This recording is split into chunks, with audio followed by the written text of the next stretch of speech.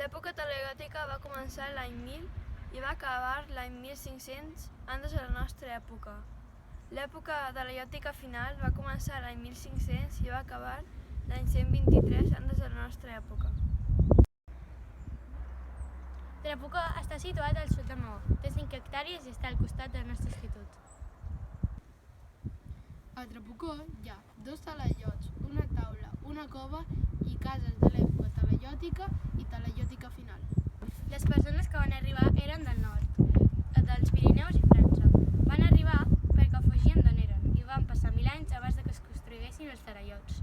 Va començar al 2100 fins al 1600 antes de la nostra època.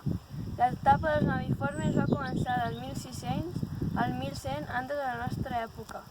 La talaiòtica des del 1100 fins al 600 antes de la nostra època i la talaiòtica final des del 600 al 123 antes de Crist.